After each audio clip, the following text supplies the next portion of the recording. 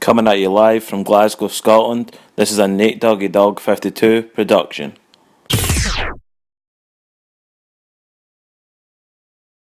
What's up YouTube, it's your boy Nate Doggy Dog 52 and I'm back again with another sneaker review. This time it's my first ever Nike LeBron 12. Here we go guys, a Nike LeBron 12 All-Star. It comes in this really nice white and silver accented box. It's got the LeBron LJ Crown logo. It's got the silver accents all over the top. It's got 2015 on the side, 2015 on the other side, and then here is the Nike logo with NYC accented. You've got LeBron 12 AS along with the box number. So what we have right here is the Nike LeBron 12 AS. Official colour is white, multicolour black. It's US 13, UK 12 as always. And the style code is 742549, the colour code being 190. Without further ado, let's get straight into it. Got my receipt and everything like that as always. So here we go again with the paper. It's that nice All-Star style paper that we have on the sneaker. So it's got all sorts of different graphics from basketball. There we go guys, let's take a look at the shoe. Let me pull both of them out and we'll get started. So it's LeBron's 12th signature shoe with Nike. I know it's been a hell of a quick. I can remember when I picked up the LeBron 2s when I was back in San Francisco quite a few years ago now obviously. So this is the All-Star version of the Nike LeBron 12. It does have some small variations to the original LeBron 12 which I will go over with you.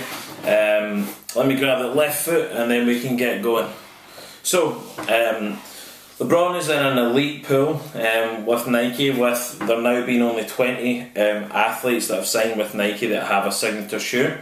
So it's less than 1% of the total athletes that Nike have are blessed with a signature shoe.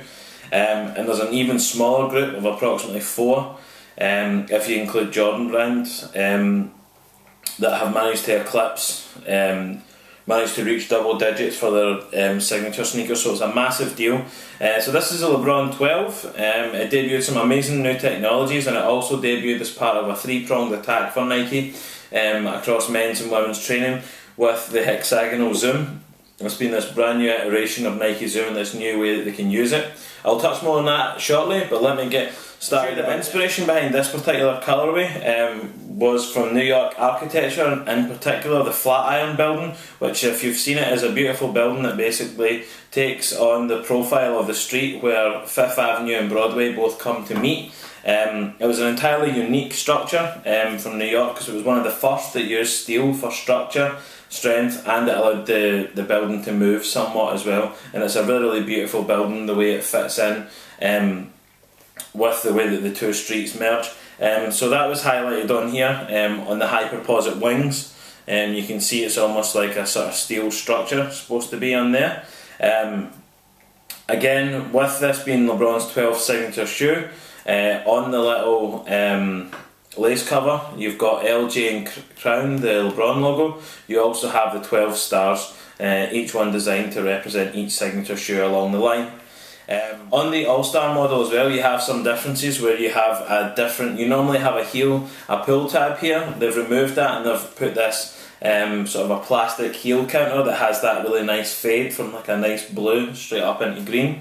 The LeBron 12 also debuted a new and updated use of Hyperposit. So you've got that Hyperposit across the lateral midfoot of the shoe and up also onto the wings. So something that I was a really big fan of when I tried on this shoe was the fact that it really felt like a one-piece upper. It was a little bit difficult to get your foot in at first, but when you did, it felt really secure and locked in. So I was a big fan of that. And the Hyperposit wings, they actually have flex grooves cut into them, and that basically allows your foot to move somewhat, so it aids getting them in. And also when you're making those hard lateral cuts and you're going to be pushing off and your legs going to the side, this will flex with you, which is a great design feature in my opinion. So moving on to the mid panel of the shoe, you also have this iridescent swoosh, which again it could really be a call to the Flatiron building in New York with that steel structure. You also have that material replicated on the LJ Crown logo on the front. You also have a toe swoosh on this shoe, and it debuted this new technology that was called MegaFuse, which is basically this brand new way of making Hyperfuse, which is basically where they put Hyperfuse plastic material right through the actual mesh on the shoe. So on the white panels on this shoe, you can really see the sort of plastic panel, and it's actually sort of a stitched in and woven in to the mesh, and then you also have the mesh cut out, which is going to give you breathability as well as flexibility. You also have dynamic flywire, which again was really well called out on this sneaker with the green accents on here. Again, you've got all black laces, black aglets with the red LJ Crown logo. You have LeBron's signature up on the top of the sneaker on this really cool sort of a lime green little tab on the front that will help you get the shoe on.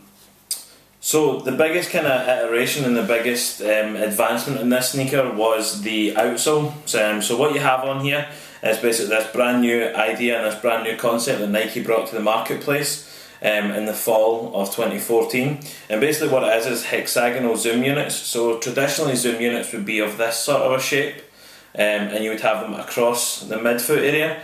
The negative with having something like this across the way is when your foot flexes, the zoom unit somewhat prevents it, and it can also over time weaken the zoom unit, and all areas of the zoom unit won't be required at all times, where this essentially is like zoom on demand. So you have the zoom units available, but they're only going to be used as and when necessary.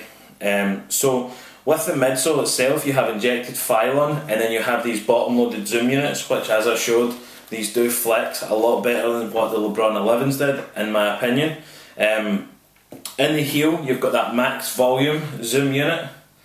So you've got that really big volume zoom unit, and when you look at the bottom of the shoe, this sticks up the highest and the furthest. So this is going to be your first point of contact. Speaking to people who have worn these and also checking out performance reviews, the zoom unit in the heel was the biggest call out. People really felt that this would work. Again, you have the sort of foot zoom units up in the forefoot, and these are called out with the pink. The most important, the ones that I felt the most when I wore it, is the ones that's on your balls of your feet and also your big toe. I didn't notice this guy too much, but the front three here, I really noticed them.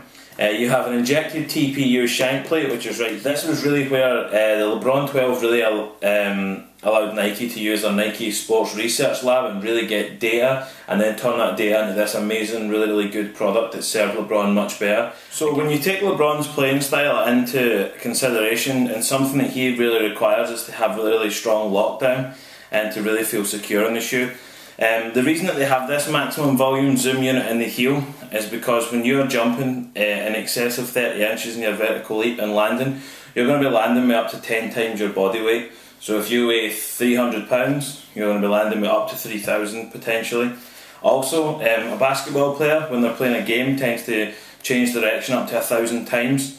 Again, seeing how hard LeBron cuts, it's estimated that you can cut from anything from 2 to 4 times your body weight. So again, if we use 300 pounds, it could be 600 or up to 1,200 pounds, like I said. So again, the biggest thing in this shoe that LeBron needed was containment, and I think that they really were able to knock that off with this shoe, and really it was a fantastic shoe for lockdown and containment. But with that, they had to forgo a little bit of flexibility, so the shoe's perhaps not as flexible as some of the other sneakers in the market, but for what I would recommend this shoe for is for basically a player that likes to play in the paint, who likes a lot of lockdown, and who requires quite a bit of support. But without further ado, let me pop them on feet and let you guys see how they look.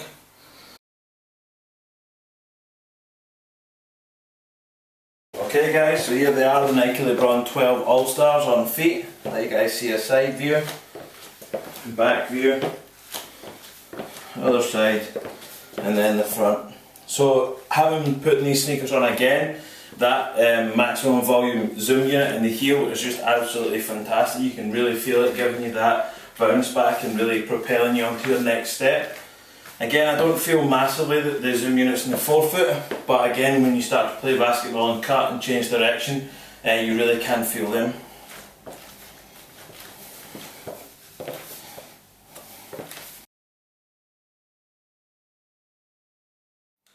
Okay guys, let me give you one final look at the Nike LeBron 12 AS or All-Star. These did release earlier this year in February for the All-Star weekend in New York. If you have enjoyed this video, then please do like, comment and hit that subscribe button down below. I've been Nate Doggy Dog 52. If you want to keep up to date with what I'm doing on a more day-to-day basis, you can follow me on all forms of social media at NathanKR20, which will appear right here. You can also use my hashtags, which are NDD52 for me, Nate Doggy Dog 52, and you can also use Sneaker Fan Worldwide. Again, both of these will appear right here on screen as I'm talking. Thanks for checking out this vid. Until the next, peace out from me, Nate Doggy Dog 52.